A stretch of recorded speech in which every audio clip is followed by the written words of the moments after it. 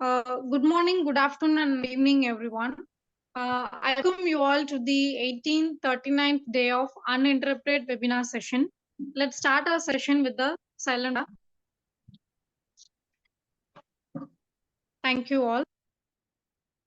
Our today's guest is Dr. Pratiksha Rajendra, Assistant Professor of Department of Homeopathic Repertory and Case Taking in LSFPEF's Lokmanya Homeopathic Medical College, Pune, Maharashtra.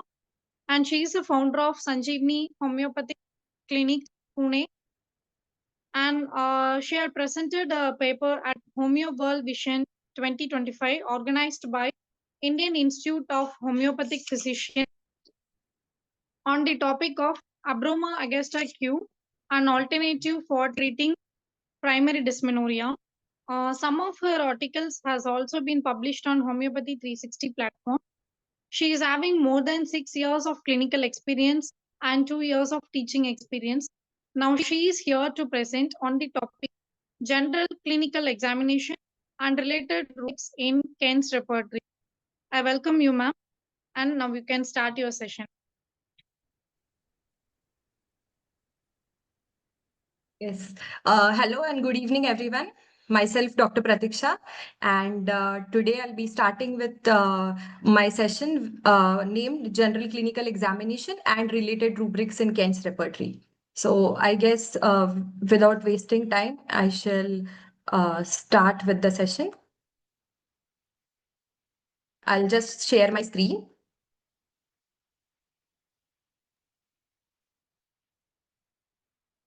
Yes, visible. Everything fine. Yeah. So is it visible? Yes, doctor. Yes. Yeah, okay. So let's start. So myself, Dr. Pratiksha Ratadia. Thank you, madam, for my introduction. And today I'll be speaking on this topic of general clinical examination. And first of all, to start my session with, I'll express my gratitude towards my parents, my teachers, and also towards IFPH for giving me this opportunity. Thank you, Dr. Dhanesh, for giving me this opportunity to speak on this platform. And so here goes my topic, general clinical examination and related rubrics in Kent's repertory. So now starting with the history of homeopathy. So as we all know that history of homeopathy and origin of homeopathy, Dr. Samuel Hahnemann's experiment of cinchona bark and how it led to the origin of such a great science, which we are all grateful for practicing. And then comes Dr. Kent. So now for Dr. Kent, why I am trying to explain or give this a quick recap for this session is because all of us, when we think of Kent's repertory, we always think of mind and we think of mental rubrics to be taken first, right? But what happens is, I want to show a different view which Dr. Kent wanted to say or wanted to show us through the repertory.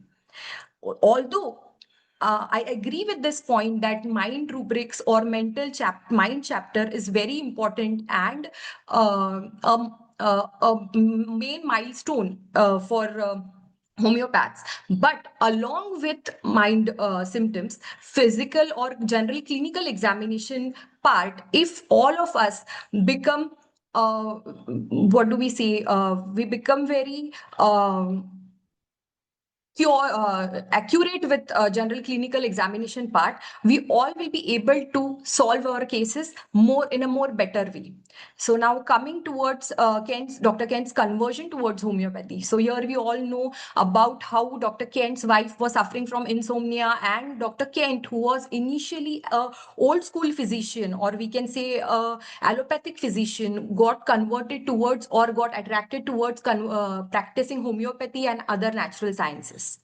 So, but we don't have to forget that he was a good clinician first. Now let's start with the clinical examination part.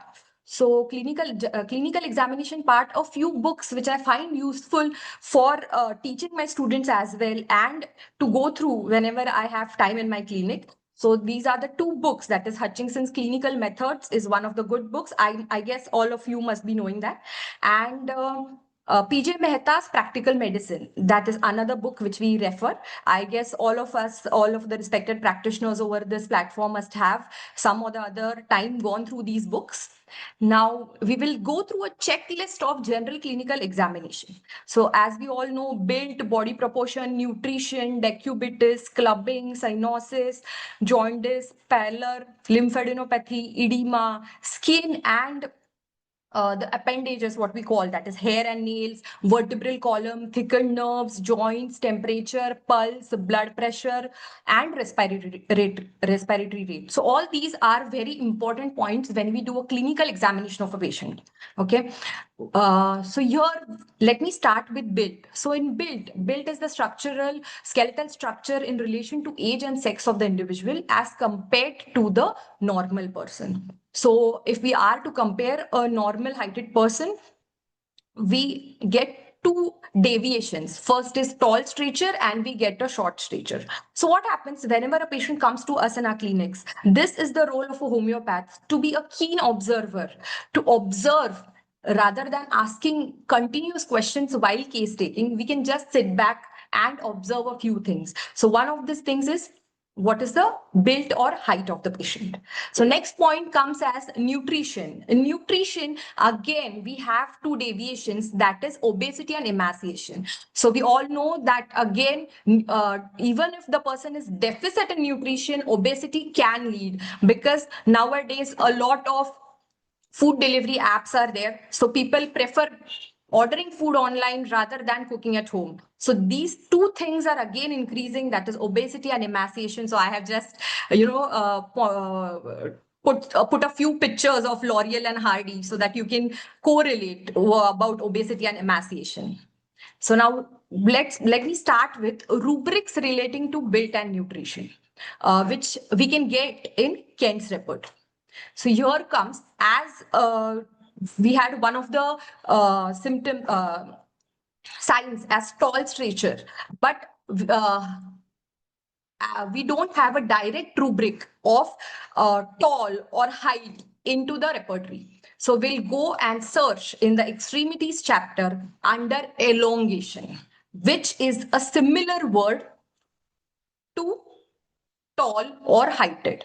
And we find there, under the extremities chapter, we find there a rubric, that is elongation, and it has a cross reference given as longer, which is there in the same extremities chapter, and longer legs we are having. Okay. And longer seams at night on laying down. So now longer seams at night on laying down is another rubric, but longer leg is the rubric which I want to point out. Okay. Next, we'll go towards short stature. So for short stature, we have similar word as dwarfishness. So dwarfishness is one of the rubrics which we directly get into the generalities chapter given into the Kent's report. Then we have actually, here I wanted to say that tall and short stature are very closely related to. Now, where do we observe these things in our clinic? So whenever we get any type of genetic abnormalities, we get Marfan syndrome or we get cases such as Down syndrome, we always have such problems of tall and short stature. Okay. So next, where we find a few other similar rubrics, that is shorter one leg than the other. Okay. Then right feels shortened. So now this right feels shortened can be the feeling of the patient, is what I think. Okay. Or what it appears, that right leg appears to be shorter. Okay. Now let's move further and go towards another rubric, that is obesity. So obesity, we are finding it directly into the repertory in general under the generalities chart. Then obesities, we have a few sub-rubrics as well. So here we have obesity and we have a very long set of medicines. But along with that, we are also having a few sub-rubrics as obesity, body fat, but legs are thin. It means what? Ki the overall body is fat and bulky, but towards the extremities, the person becomes thinner. Okay. And then we have obesity in old people. So I would like to grab your attention towards this specific rubric, that obesity in old people, Dr. Kent has given just one single remedy medicine or rubric, we can say, that is Kali Carb. So this will be very useful or helpful in our practice if we have such cases where we are not getting other symptoms, but we are just able to observe and prescribe. Of course, if the Kali Carb features of Kali Carb match other than just the obesity part, like the particular complaints or physical generals or the mental plane also. Okay. Let me add one more point, that obesity in old people, Kali Carb they have given. And one of the rubrics of Kali Carb is fights with bread and butter. So we know old people are there staying at our houses, and of course, because of the age or because of their experience or whatever, because they are leading a retired life, sometimes they appear to be a bit of a fighting nature, or they express a little anger towards their near and dear ones. So I guess this can be correlated. Okay. Now coming to the next rubric, that is emaciation. Now here we also have a direct rubric of emaciation under the generalities chapter. We have a few sub rubrics also, like emaciation of the affected parts, then emaciation of certain parts. Okay. Then emaciation in children. Let me grab your attention towards emaciation in children rubric. Okay. Then we have a few other sub-rubrics like emaciation, downward spreads. It means what? The same rubric which we had in obesity, that legs are thin. So now it is a bit similar, that towards the lower half of the body, emaciation is present. Then we have another rubric, that is emaciation, grief after. Now this is very important, because under generalities chapter we are having, that is ailments from grief, emaciation is there. If we take it the ulta way. Okay. Now next we have another few rubrics under emaciation, that is emaciation, insanity with. So this also goes same with mind rubrics. Along with mind rubrics it is present. Then we have emaciation, loss of animal fluids. Okay. It means what?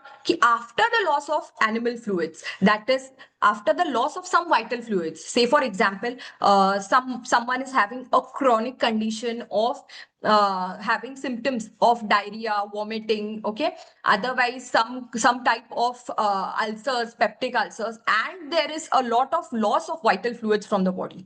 So we can think of this rubric, emaciation, loss of animal fluids. Then we have emaciation in old people also. Next, we have emaciation, pinning boys. So pinning boys is similar condition. I guess all of the great homeopaths present on this platform must be well aware of that. Pinning boys means the young age boys who appear to be very thin. Yes. And then it is emaciation upwards. So emaciation upwards, again it goes that it is the total opposite of the rubric which we had seen previously, that is emaciation downward spreads, and this is emaciation upwards. Okay. So here are a few other sub rubrics from the extremities chapter under the topic of emaciation. Okay. So it is emaciation relating to the particular parts like upper limb, shoulder, wrist, hand, thumb, fingers. Okay. Here it goes same. Now we have another rubric, that is lean people under the generalities chapter, which we can also correlate with emaciation. Okay. Now coming to the next point of general clinical examination, that is decubitus. So decubitus, what it means? So decubitus, or the posture of the patient, or the posture patient adopts when lying in bed, is the meaning of decubitus. So a lot of times we hear decubitus ulcer, which is known as bed sores. So the people who are unable to move, like say for example in cases of hemiplegia, right? So I have just taken a picture from Google, where Google Images, so where we can see what are the different types of postures? So supine, prone, then right lateral decubitus, left lateral decubitus. So decubitus is just the position or posture of the patient. So coming to one of the main points here is decubitus in hemiplegia. So how it is, patient lies in bed with one side which is immobile. Okay, so we can see that the darker part of the individual, the other half, which you can see in the navy blue color t-shirt fellow who is lying on the bed, he is having one part, one side affected, arm supported. I hope you all can see it. And this is the posture in hemiplegia. Okay, so now next, which the point which comes under decubitus, one of the next examples is meningitis and tetanus. So here what happens, here there is problem with neck stiffness and the position is opisthotonous position. So I hope you all can understand these images. I know it is a bit blurred image, but I hope people can see it. Now, next, which comes under decubitus is colic. Now, how will a person be, in which position the patient will be if there is colic? So all these things we can just by observing we can get. Okay. So now colic, how will the patient appear? The patient will appear restless. The patient will appear tossing and keeps turning in bed in agony. So now if we are going for some home visit, we can definitely take or think of this rubric and we can get it as a colicky pain. So it can either be because of a renal calculi or say because of even gallstone colic. Okay. Next is decubitus, how the posture will be in acute inflammatory abdominal disease. So in acute inflammatory abdominal disease, the position will be the patient lies on his back and the legs are drawn inwards. So this we can see in cases of acute appendicitis, right? Next is decubitus in a position where the patient has cardiorespiratory embarrassment. Now, what does this mean? That in cases where the person is only and only comfortable by sitting upright. So this sitting upright means cases of ascites or the cases where there is abdominal distension due to abdominal tumors. So patient will always prefer to sit upright in the bed and for helping in the respiration, cardiorespiratory. Okay. Next, so how will we find these rubrics? So the first main point which I had mentioned, that was decubitus ulcer, that is bed sores. So again, going into the Kent's repertory, we find it under skin chapter and we have bed sores as one of the direct rubrics given. But they have given, Dr. Kent has given here a cross reference of see sores. Okay, so sore is the rubric which they have given as a cross reference. So after going to this rubric of sore, it is given in details as sore becomes, and in bracket, let me show you it. They have given it as decubitus. Okay. Next, we will see sore. We have a sub rubric there. Child in so decubitus, if we see in a child, what medicines he will give. Okay. Now, next point of general clinical examination, which I will like to mention, is clubbing. So clubbing is the bulbous enlargement of soft parts of the terminal phalanges with both transverse and longitudinal curving of the nails. Okay. So here is one of the photographs which I have taken for you all to please go through. So grades of clubbing. So for grades of clubbing, we have 4 grades of clubbing according to the PJ Mehta's textbook. Okay. So here, first point for first grade is softening of the nail bed. Then there is obliteration of the angle of nail bed. I have given here a photograph also showing how the grades change. Okay. So there is swelling of the subcutaneous tissue over the base of the nail and it becomes a parrot beak shaped. Okay. Then there is swelling of fingers in all directions. This is the last stage of or last grade of clubbing. So where will we find these this rubric of clubbing? So here we will find it. I'm sorry. Here we'll find it under the skin chapter, thick nails, thick fingernails, and thick toenails. So if we see grade 1 of clubbing and grade 1 and 2 of clubbing, we can correlate that there is thickening of the nail bed. Next, we will see under skin chapter, that is knobby finger ends. So how do we know what is knobby? So for that, a detailed study of repertory is required. Here are a few students of mine also, I guess, who have joined in. So let me explain, or let me make them understand that it is very important to know similar words in the repertory. So knobby finger ends means a, this is a pictorial form where the nails or the fingers becomes such in shape because of the Heberden's nodes. Now, where do we find it? We find it in osteoarthritis cases. We also find it in cases where there is gout, right? So next we find it as under skin chapter, curved fingernails. So your nitric acid has been given as the single remedy rubric. Next sub-rubric is curved fingernails in consumption. So what does consumption mean? So for students, let me tell, consumption means in those days, it was known as tuberculosis, pulmonary tuberculosis. So it is an old English word or old medical terminology. Next, where we find swelling, under the skin chapter, we find swelling fingers, joints. And then we have different types of categorization or sub-rubrics of first, second, third, fourth, that is the joints, and the fingers, which finger is affected, okay? Now coming to the next point under general clinical examination, and that is cyanosis. So cyanosis is the bluish discoloration of the nails due to increased amount of reduced hemoglobin in the capillary blood. I guess many of you will be aware of this point. So here there are two types of cyanosis which we commonly know. One is peripheral cyanosis and the second is central cyanosis. So in peripheral cyanosis, conditions which examples I can give is certain types of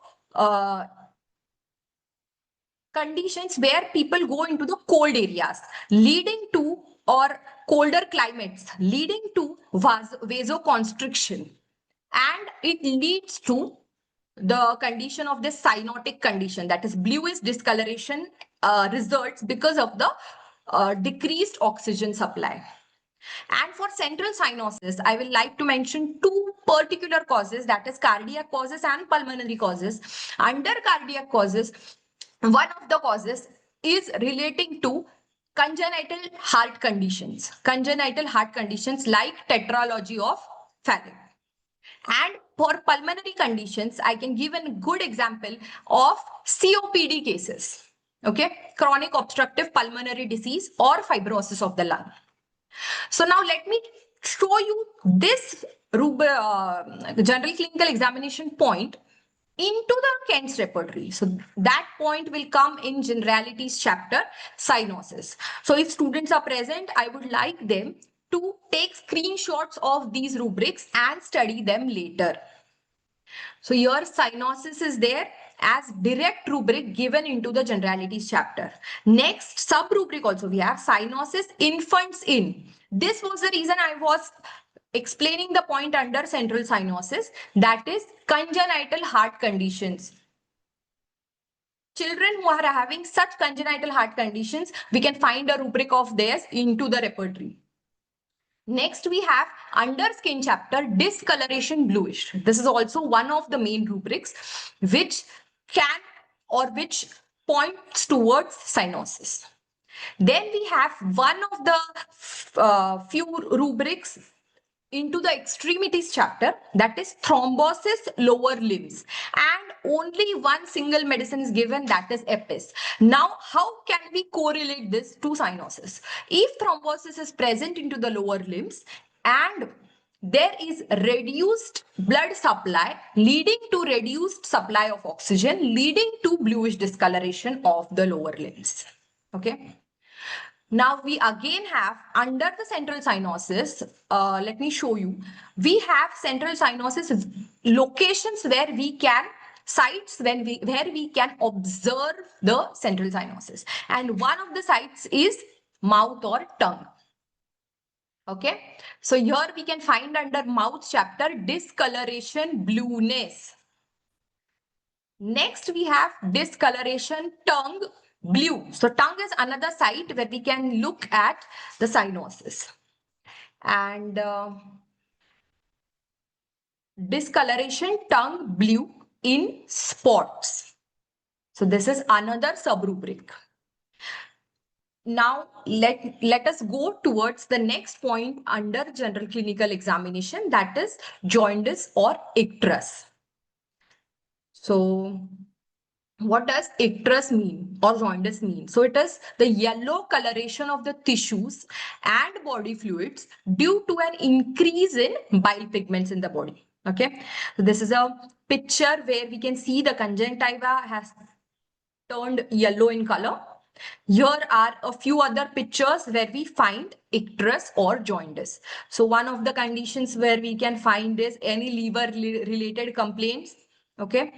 And the other images of two hands where one is normal and where the other is showing icterus or yellowish discoloration. So where to find it into the repertory? So it is under skin chapter, discoloration, yellow, jaundice. Okay. Then we have a lot of sub-rubrics given under discoloration, yellow, jaundice. And the sub-rubric will be discoloration, yellow, jaundice. And then if I can drag your attention towards the sub-rubric as anger after. Anger after. So what does anger after mean? That someone who had some or the other issues with anger has suffered from a disease condition where now the symptom which has appeared or the sign which has appeared is icterus. Now we won't be able to find this into the mind chapter. We will have to find, or the physician will only and only know if these things are studied in detail into the skin chapter. Okay. Anger after. We have another sub rubric, if you can see second last point from below, that is mortification after. Now this is also a mind symptom, right? Then we have other sub-rubrics like newborn children. So now this is relating to ops and gynec part, and where there is icterus or jaundice after the child is born. There are two types, I guess people must be knowing over here. That is physiological jaundice and pathological jaundice. Okay. Now next continuation of the same icterus or jaundice rubrics is discoloration, yellow, jaundice, etc. Intermittent fever after, then pregnancy during, in rings discoloration is present, then spots, then every summer there is yellow or jaundice, the person suffers from jaundice in every summer. So we have a different group of medicines, just two medicines are given over there. Then again discoloration, yellow, jaundice, vexation. Now this is again a mind rubric, sub rubric we can say. Okay, so I just wanted to have a sip of water. Till then I will want you to please see and go through this pallor point. So what does pallor mean? So pallor is the paleness of skin and mucous membrane. Pallor means paleness of the skin and mucous membranes. So if you can see the lady, she is appearing all white. She is appeared all whitewashed. Although I have taken the picture, which is of a foreigner lady, but I guess you can you are easily able to differentiate it, right? Then we have causes of pallor. So for causes of pallor, we have anemia as one of the leading causes of pallor. And under anemia, We have hemorrhagic anemia, hemolytic anemia. Because of vitamin deficiency, also we have a group of anemias like a pernicious anemia, megaloblastic anemia. Then due to chronic infection also the person can land up into having anemia. During pregnancy also, if the nutrition is not proper, anemia can be seen. During treatments of few malignancies also, anemia can result. Okay. Now next cause is vasoconstriction. That is shock or exposure to cold and fright. Then cutaneous, that is edema, thick skin and nails. Here there is a picture of pale conjunctiva, how the conjunctiva appears. Sites for paler detection. So now where we can see the sites for pallor detection. Here lower palpebral conjunctiva, then tongue, soft palate, palm and nails, and vaginal or rectal mucosa. So mucosa, mucous membrane is also a site where we can see for or look for pallor. Here is a photograph of fingers of normal nails, how they appear if someone is having pallor, that is if someone is anemic, and when there is severe anemia, how does it appear? Now for looking into the rubric for anemia, we should go into the skin chapter, and under that chapter we have anemia as one of the rubrics, direct rubric given. Next we have, now if anemia is present, we had seen what are the causes of anemia, and one of the causes was given as hemorrhage. Hemorrhage or hemorrhage is one of the causes of anemia which results into pallor. So this is my point of telling our clinical side should be very, very, we should be well, or it should be good, we should have good clinical knowledge if we have to see the rubric which comes under pallor. Then we have sub rubrics as hemorrhage, then hemorrhage ameliorates. So now this is something a bit different. Then we have hemorrhage, blood does not coagulate. So again, it will lead to pallor if the blood is not able to coagulate. Then we have hemorrhage, exertion after. So this is another key. If the hemorrhage is leading to or after exertion, if hemorrhage results. Okay.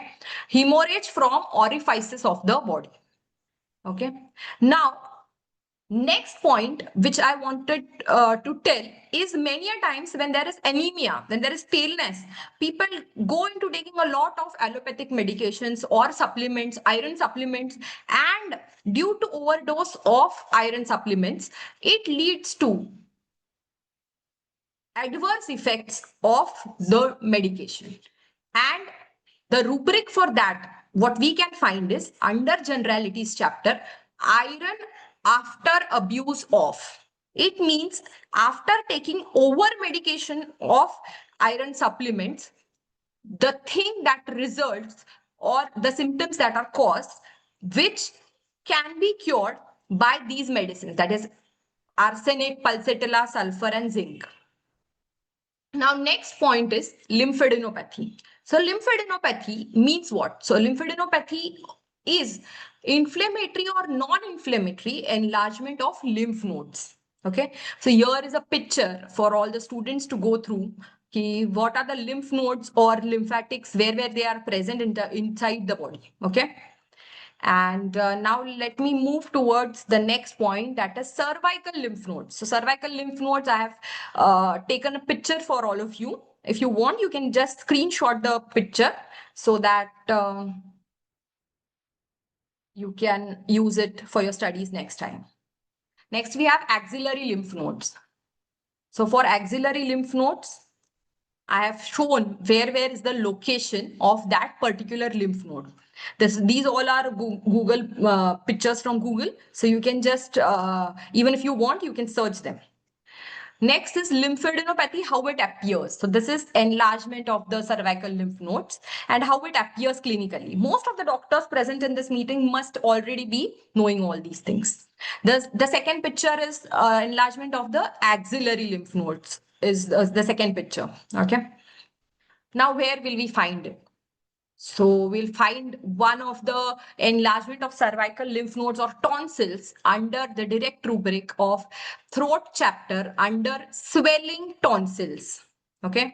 Then we have other set of rubrics like swelling tonsils, right, left. Okay. Then we have another rubric for lymphadenopathy, that is inflammation of the cervical glands. Direct rubric under external throat chapter, swelling cervical glands. Okay.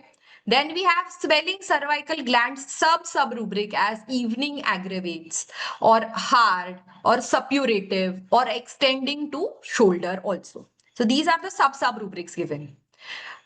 Then we have for axillary glands. Now, where do we search for that? So under chest chapter, we'll have to search for induration, axillary glands, and the second rubric which we find is inflammation of the axilla and then glands. Okay, so these are the 2 points, that's inflammation and induration. So induration means hardness and inflammation is key, there is some kind of pathology which has started to develop. Okay.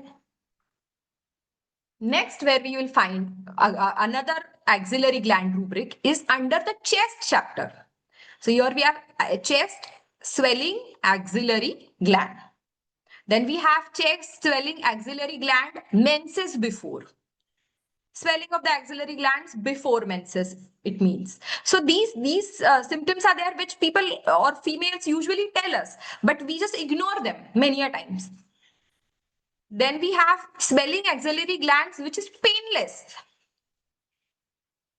Then we have swelling axillary gland sensation of. Okay. Then we have other set of rubrics that is under the chest chapter, swelling mammy.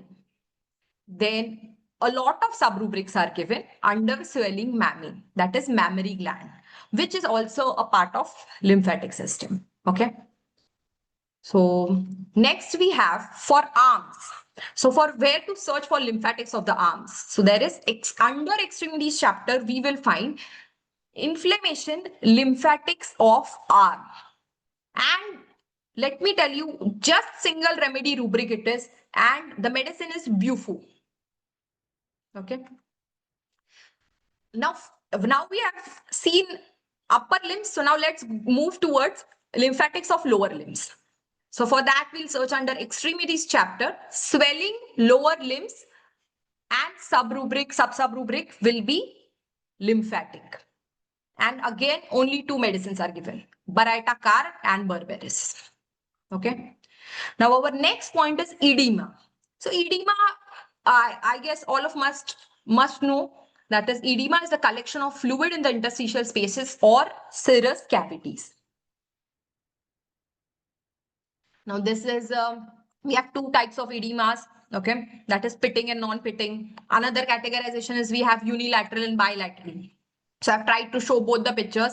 One, we have pitting edema, and the other picture, which will show you a case of unilateral edema. Okay, so cases like renal pathologies, okay, then renal failures or some cardiac diseases or IHDs, we can find people with having such kind of edemas. In case of unilateral edemas, we have 2 examples. One I would like to mention here is because of some kind of trauma. Or second example I wanted to give, which is of non-inflammatory type of edema, that is in cases of filariasis. Okay. Now let's go or move towards where will we find this in Kent's report. Under generalities chapter, we will find it as a rubric named dropsy external. Then we'll have sub rubrics as dropsy external morning. These all things patients usually tell us while case taking. but we just think we have to work on the mind. This is especially for students who think it is just homeopathy is just noting down the mind symptoms and not giving importance to physical examination. Okay. Next is dropsy, external scarlet fever after, and then they have given, this is again an old terminology, and they have given it sub reference into the cross reference into the sea urine albumin. Okay. Next we have generalities chapter, swelling in general, that is for edema in general. Okay. Then we have swelling inflammatory. So as I told you earlier, there are two types, inflammatory and non-inflammatory. Okay. Then we have under generalities chapter, swelling puffy. Then we have under chest chapter. Let me tell you, edema is not always external. Okay. So now if there is there is some type of pulmonary edema. So where do we find that? So for that, we will have to go under the chest chapter. Please see, we have to go under chest chapter. Okay. And not cough or respiration. Okay. So we have under chest chapter, we have edema pulmonary. Then the conditions where we will find, or the people in which whom we will find, that is edema pulmonary drunkards in. So this is also one of the sub rubrics already given by Dr. Ken. Next point is of skin and its appendages. So we all know nowadays people are very much concerned about how they look, how they appear, how their hairs are. So and they are coming towards homeopathy for all of their skin issues. So it is our responsibility, it becomes our responsibility to first examine the skin or dermatological part very well. So for that, having a good knowledge of dermatology or skin is important. So your examination of skin often gives important clues to local or systemic diseases. This is also important. Not just externally, for internal diseases also, skin has its own manifestations, right?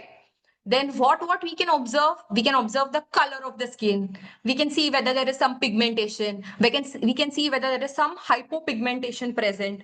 We can see if there are some eruptions. We can see the type of eruptions, like we have macules, we have vesicular eruptions. All these kinds of eruptions are present in the repertory, and for that we have an entire chapter in Kent's repertory. This is the next point which I want to tell you. So today's session, or I can just conduct another session for the whole entire chapter in of skin in the repertory, Kent's repertory. So skipping that part, I'll move towards the next point, and that is vertebral column.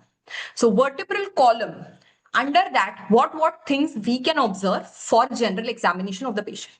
So under vertebral column, one of the points is scoliosis. So what does it mean? It is an abnormal lateral curvature of the spine. Now, there are three main problems for vertebral column. That is scoliosis, kyphosis, and the third is lordosis. So what does scoliosis or all the three conditions together, why they result? So first is they can result because there is some genetic problem. Second is they can result because there is some kind of overlifting of weights by the patient. Okay. If they are into such occupation, it can also lead over a period of years to such conditions. Right. And again, one of the points is due to some conditions like tumors or pregnancy. Now, where will we find it? I'll tell you further. Next is kyphosis. So for kyphosis, kyphosis is an excessive forward or outward curvature of the spine. So please look at the figure where I have shown you a neutral spine, and the second figure is of kyphosis. Okay. Then next we have as lordosis. So lordosis, where do we find? It is excessive inner curvature of lumbar spine. So I would like to grab your attention towards the pictorial form where I have tried to show a normal posture and I have tried to show lordosis. Okay. And this condition we can find, other than the conditions which I mentioned before, we can find it in pregnancy. And if there is some abdominal distension, such conditions can lead to such posture. Okay. Even kyphosis can be present because of the working culture of people, especially into the IT population or even children or even students, they always tend to carry heavy bags. So this is one of the reasons of kyphosis. Okay. Now into the repertory where we'll find it. So we have under back chapter, we have rubric as curvature of spine. Okay. Curvature of spine, and under that we have sub rubrics as curvature of spine cervical. So if cervical spine is affected, if there is some problem with the dorsal spine, so we have a few other categories also. Okay. Now coming to next point, that is thickened nerves. So thickened nerves is another point into the general examination, and that point or thickened nerves, where do we find? So we find that in conditions like leprosy, we find it in neurofibromatosis, we find it in diabetes, and we find it in few other conditions like amyloidosis. Okay. So leprosy is the commonest, where we know there is thickening of nerves and it affects and it causes numbness, then ulceration. Okay. So where do we find this into the repertory? Under skin chapter, we will find a few similar words, like if there is problem of numbness because of thickened nerves, then we'll find numbness as direct rubric into the skin chapter. Then we have a few sub-rubrics, sub-rubrics as numbness morning on waking. So here there is only one medicine, that is ambrosia. Then we have numbness scratching after. Then we have a few other we can say rubrics which are similar or which are caused because of thickened nerves. Under skin chapter, we'll find it as ulcers painless. So we all know leprosy is a condition where there are painless ulcers present. And this is ulcers painless. Okay. Next, we will come to joints. So joints, we have another condition or another set of diseases where a lot of people are coming towards homeopathy for their arthritic complaints. Let it be osteoarthritis, let it be rheumatoid arthritis, or any kind of inflammatory arthritis. Now, the reason for this is they are fed up of taking anti-inflammatory drugs. And they very well know the side effects of having steroid. So it becomes important for us to study this joints point of clinical examination thoroughly. Okay. We again have an entire chapter of extremities into the Kent's repertory, which we can take as some other session. Okay. So please go through the extremities chapter is what I would like to tell the students. Then we have next point under general clinical examination, and that is of temperature. So temperature means it is usually correlated with temperature of the body, and usually we find it as having a higher temperature that is leading to fever. Okay. And then here are a few pictures for you to go through. What are the symptoms of fever, types of fever? Okay. So where do we find it into the repertory? So again, we have 3 chapters into the Kent's repertory solely belonging to temperature point of general clinical examination. That is chill, which is one of the stages of fever. Okay. Then we have fever chapter as a whole present into the Kent's repertory. Then we have perspiration as a separate chapter into the Kent's repertory. So I will like everyone to please go through these chapters while treating fever. Although BBCR is one of the good repertories which we prefer for studying or treating fever cases, but even Dr. Kent has tried mentioning fever into details into the Kent's repertory. Next point under general clinical examination, which is very important, is taking the pulse of the patient. That is, touching the patient is also important. Nowadays, students of homeopathy feel that there is no need to get up from the chair and check the patient, touch the patient, but it is very, very important to touch the patient, take the pulse, take the blood pressure of the patient. Okay. Go and check the systemic examination. Okay. So pulse, where do we now check for pulse? Now here is a picture where I have shown which types of pulse points are present. So one is carotid, then we have brachial, radial, popliteal. Okay. So please go through this. And the commonly which pulse which we look for is radial pulse, brachial, and brachial, more than brachial, we go for radial and carotid pulse. Okay. And in conditions which are leading to some problem in the lower limbs, we go for femoral pulse or dorsalis pedis artery, that is dorsalis pedis pulse also we go through or check.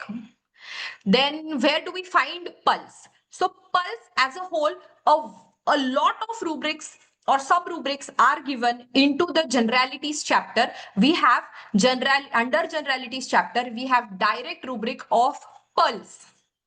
And we have a lot of sub rubrics relating to how the pulse is affecting, like pulse is frequent during daytime or it is full during morning, pulse is irregular, and a lot sub rubrics are present. But I thought I will fall short of time, so I just cut shorted it. But I want students to please go through this point of pulse into the Kent's report. It is a very big, I think it is approximately 3 or 4 pages. Okay, sub rubrics. Then we have blood pressure. So for blood pressure, monitoring of blood pressure, taking blood pressure is important because a lot of lifestyle diseases are leading to hypertension nowadays. Obesity is one of the causes, main important cause of blood pressure. So one of the points which I want to mention is there is no such direct rubric given regarding blood pressure into the Kent's repertory, or at least I haven't found it. If someone finds it, please let me know into the further sessions. But students can try searching for blood pressure or correlation of blood pressure. As a whole rubric of 4 pages is definitely given. Okay. Now, respiratory rate. Respiratory rate is also very important while doing any kind of general clinical examination. And taking proper respiratory rate is also important. And for that, students should know, is what I think, how to take the respiratory rate in cases of males and how to take it in cases of females. Because in cases of females, we usually see for or go for, in females, we go for thoracic movements of the rib cage or abdomen. And for males, we go for abdominal wall movements. And we see or check the respiratory rate of the patient. Next is again for respiratory rate. We have a full chapter of respiration where we find different kinds of respiration and how is the respiratory rate or problems relating to respiratory rate. That is also again an entire chapter. I will like students to go through it. So thank you everyone for your patient listening on this Saturday evening or Saturday night, because usually people prefer, partying or spending time with family, especially the students who have joined in, but they have listened so patiently to me. So I'm very grateful, and I'm also grateful to Dr. Dhanesh sir and Dr. Shweta for introducing me. And if you have any queries or if you want any kind of further webinars, you can just email me at homeosanjeevani@gmail.com. So thank you, Dhanesh sir. Thank you. Thank you, Doctor. Thank you, Dr. Pradiksha. Your session was really wonderful. And you have, under each topic, you have covered the maximum conditions that comes under the each topic. And you have not alone said that rubrics alone, you have explained the conditions also clearly with the clear pictures. And also for ease reference, you have mentioned the page numbers also in Yes, your yes. presentation. That is also very useful. And thank you, Dr. Pradisha, for your great effort and for your interesting and active session. You, madam. Actually, I always feel that instead of just finding or learning the rubrics from computer softwares, we should go by the students should always go by the age-old method of studying from the textbooks. And this is the main reason I have mentioned the page numbers, because children nowadays, because of using Chat GPT, are very lazy into searching the rubrics inside the Kent's repertory book also. Yes, Yes, Doctor. yes, really an excellent session, Dr. Pradisha. It's really, Thank you, sir. really rocked the floor with your knowledge, and your this is one of the best session as far as the rubric presentation are concerned, because you really taught the students and doctors how to go into each and every symptom in different way, and how one can reach the medicine in the shortest possible time also. These are, for example, in the respiratory rate, cardiac rate, and all those things. Usually people ignore these things, but there are things in our repertory that that is something great. This will definitely give a big boost to homeopathy system, because nowadays students are having lack of confidence in our system, because they don't know where to proceed and how to move forward, and how to find the medicines and in the shortest possible time, and how the thing is that they are directed in a on a bad way. They simply click on each and symptom and find a medicine. That's not the way. When you select a remedy after repertorization, you will have to make sure that it is the right simillimum, and for that you need to compare the medicines in the list with that in the Material Medica, and then only the right medicine, you will get the right medicine, and that will work as the right remedy. Yeah, Sir. we definitely we need a second part of the same, because this is a mind-blowing day for us. Oh, I'm very, very grateful, sir. I will surely like to give a second seminar soon. Yeah, definitely. We can have the second session, so that it will be a big boost. And once after watching this video, people, more and more doctors as well as students will join the second part, and this remaining part of your presentations also. I think Dr. Indrani Bhavatkar is here. Yes, doctor, you can speak, because he's a very eminent personality who can do this. Please unmute. Yeah. Firstly, I'm very happy that Madam Pratiksha has very nicely explained the case reported to us. Thank you, sir. Thank you.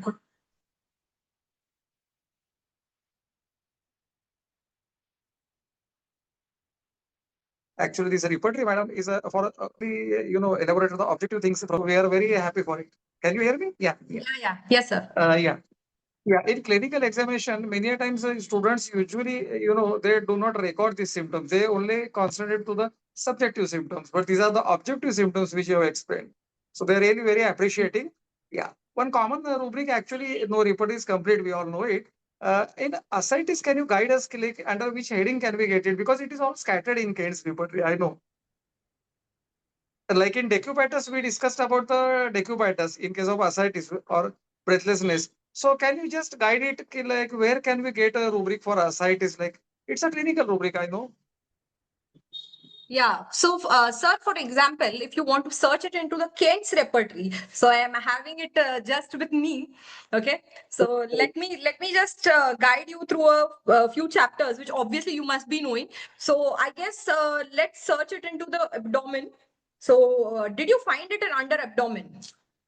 Actually, I didn't make an effort during your lecture. It came to my mind because ascites patients are also very common. Yes. Let me come to your point. We have ascites as one of the rubrics given in abdomen chapter, that is on page number 541, and we have a cross reference to it, and they have given under abdomen. We have to search it into dropsy as the rubric. So Okay. ascites, and we have to see it for dropsy. So I hope I Very nice. answered the question. Yeah, very, very nice. And you have Yes. nicely elaborated. We require a few sessions with a request to Dr. Dinesh. We'll surely arrange it. Yeah. Yeah. Yes. Thank you. Thank madam. you, sir. Now It was it my is pleasure. and it's up to Dr. Ambrose, sir. Uh, Few words. Thank you. Thank you, Dr. Dhaneji, and congratulations, Dr. Pratiksha. Very nice, excellent session. And Thank you, Kent sir. Tripathi rubric, uh, objective rubric, essential rubric. There are two types of rubric, subjective and objective. So, you deal the objective rubric, Diputus, and the skin rubrics.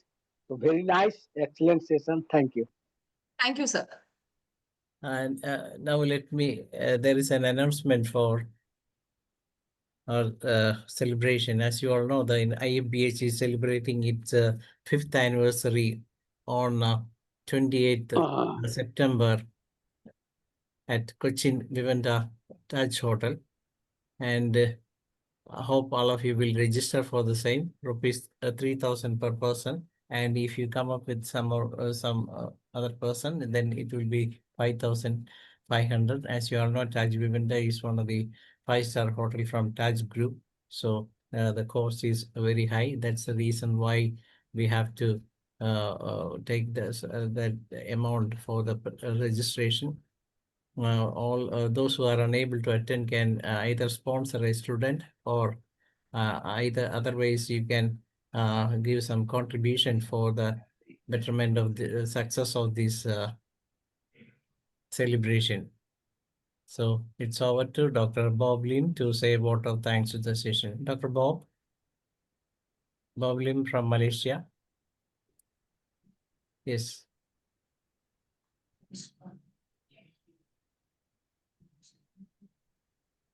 Yes, Dr. Bob. Can you hear?